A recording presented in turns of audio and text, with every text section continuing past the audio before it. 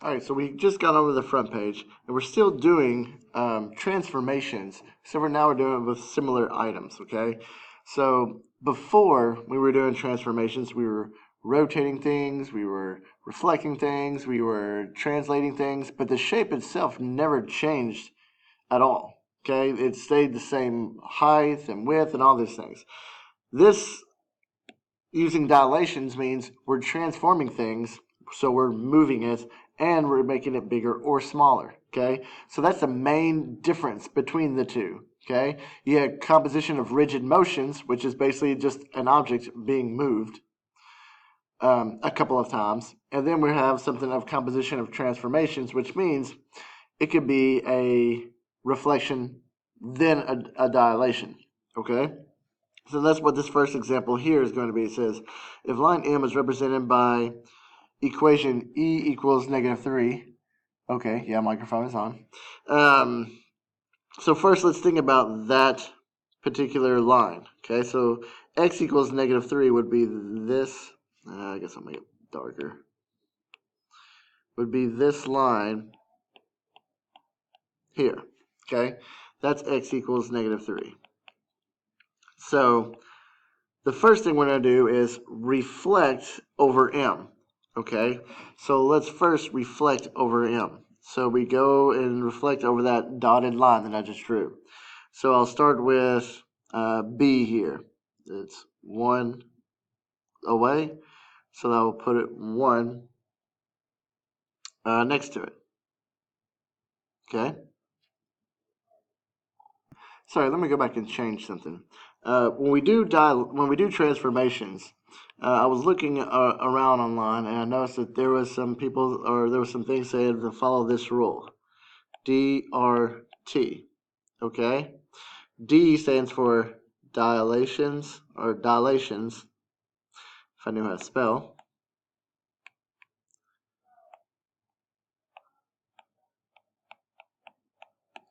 R stands for reflection rotation.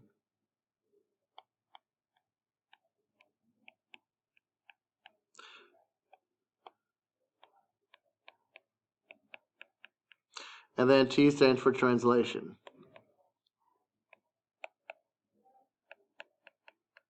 Okay, so this is like your order of operations.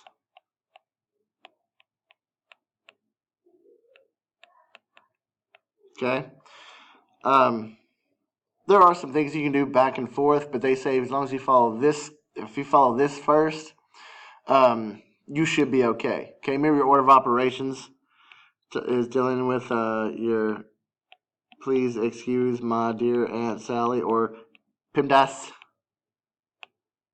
So it's roughly about the same thing, okay? So it's like an order of something. So first, it has R and D, but according to what we said above, let's do the D first. So we'll dilate by a half, okay? So the scale factor, again, that's your scale factor. And then we're going to multiply all the coordinates by 1/2 or 0.5. So I'm going to pause and come back with the answer. So you notice in red, I have the new dilated figure. Okay, notice it's the A prime, B prime, C prime. Okay, now let's go and reflect this. In green, I have the reflected over the x equals -3 reflection line. So it went from the, and you notice too, in the green, I also have the double apostrophes. So that's like you're doing two things. That's the red is the first, has 1. The green is the second, it has 2. Okay, so that is what the answer for this one would be, this right here, because that's what happens after we do this twice. Okay, so now I want you to do the same thing, except for now it's doing a dilation of 2, and it is a translation of 1 -2. Remember, translation is just basically moving, okay? So we have a translation of 1 -2. The 1 means right 1. This one, which is a y-coordinate, would mean down 2. Okay, so dilate first, then translate. Okay, so now after you've tried it and paused and whatever, when I did the dilation first, I did that in green. Okay, so the green one that you see up here, that was the dilation first. Then afterwards, I translated. So after I dilated, I translated and got the orange one. Okay, so after I did them both, the correct answer should be the orange triangle. Or the one that has 2 apostrophes. Triangle with 2 apostrophes. Okay, please don't put orange triangle on yours, because you could write down orange triangle and you have no idea what the orange triangle is, because when you're doing this, you're probably doing it in pencil or paper. So think about it for a second. Okay, so the next one says, what's the graph of an image of dilation? And then it asks for a rotation. Okay, that's a rotation. I'm going to clear the top in a second and show it to you. So pause and do it. See what, and check it. All right, so in this, I did the dilation in purple,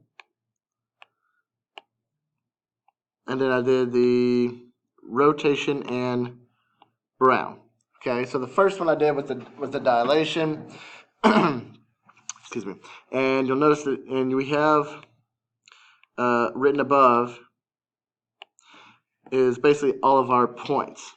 Okay.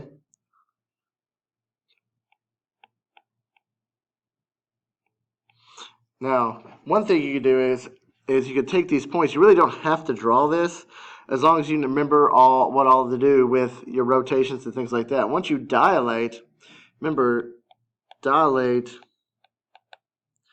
is multiply. Okay. Then we basically, when we rotate 90 degrees, remember it's being negative y x. Okay. So we move the y, make it negative, and then keep the x. Or we switch the y and x, but then put a negative in front of the y. Okay, so that's how I got to that's. So we can actually do this without even actually graphing. I just graphed it to kind of show you what we did. Okay, so remember, this is the dilation. This is what goes first, and then the second one was the rotation, and the rotation is actually doing both. Okay. So that's the answer to that. Check yourself. Go back and look. Pause if you have to. Take a look and see what all happened and what we did, okay? And if you have any questions, let me know. Okay, next page. Now we look at this diagram here. It says, is there a composition of transformations from XYZ to JKL? So this is where we start, okay? We look at that and say, is there a composition of transformations? Now, composition of transformations means a combination of, so it's a combo of a translation, rotation, or reflection, and dilation. Okay, but the key to this is this right here. It needs to have a dilation to be a composition of transformations. Okay, the other one is composition of rigid motions.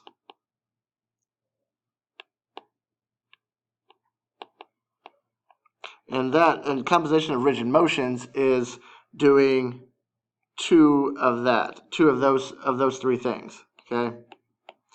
So the dilation, though, that's the main key for the transformations, compositions of transformations. Okay, so we take a look at this. Okay, it appears to be about the same size. So it appears not the same size, but it appears to be the same shape. It just looks a little bit bigger from moving from one to the other. It looks bigger. So it looks like a dilation has been made. Now it looks like it has been moved. Okay, so in this situation, it looks like it's been moved. Looks like it's been rotated 180 degrees. Okay, because it has the rotate, because it rotated and dilated, then yes, this looks like it would be. Okay, so this would be a yes. Okay, now take a look at the one below this. Try it and come back. So if you do this in the reverse order, it says, if perform the translations in reverse order, are the results the same? Okay, did you get the same result? You shouldn't have got a same result. It says, do you think your answer holds for all compositions or transformations? No. On the second question, okay? On the second question, that's a no, okay? Sometimes sometimes we can rotate and translate to possibly get the same thing. Okay, so that answers the second question. Okay, now as for the first question, that is a yes. Okay, so and I'll pause and I'll come back with the results. Okay, yes, if you rotate and dilate, you'll notice that your x, y, and z end up being the same coordinates as your LKJ. Okay, now remember, when you rotate 180 degrees, all you're doing is switching your y and x. Okay, that's all you're doing. So that's what you do here first. And then you dilate, which basically is, remember, you multiply. And that's all you do on those. Okay, so if you do that, you'll notice it's the same thing. Okay, so that's basically what I was kind of telling you before. It says a similarity transformation is a composition of one or two rigid motions and a dilation. Okay, that is the key term of this, dilation. Rigid motions is like translate, rotate, rotate, reflect, reflect, and translate. All those are rigid motions. So you have to include a dilation in order for this to be a similar transformation. Okay. Then it says the results will be similar to the pre-image. So basically what it's saying is you're going to have the same type of image, just one's going to be bigger or smaller than the other one. Okay, so now we're trying to figure out if this, if we take this picture that this artist sketched and blew it up to make it a 15 by 20, would it be a similar sketch? Okay, similar being the angles and all about it looks almost the same except for just proportional to it, the same type of proportions to it. Okay, so the first thing we want to do is convert your feet to inches. And do that with both of these. And I'll come back with that. All right, so I converted, and we end up with 180 and 240 inches with those. So to try to figure this, first we need to find the scale factor. So we take 180, which is the blow up, and then we want to divide it by our original, which is the 11. So when we divide that, we get something similar or close to approximately about 16.36, which is the scale factor. Then we take that scale factor and multiply it. Take this and multiply it times this, because if a scale factor, it should work for both. So then when I multiply by both, so multiply 240. I'm sorry, not 240, sorry.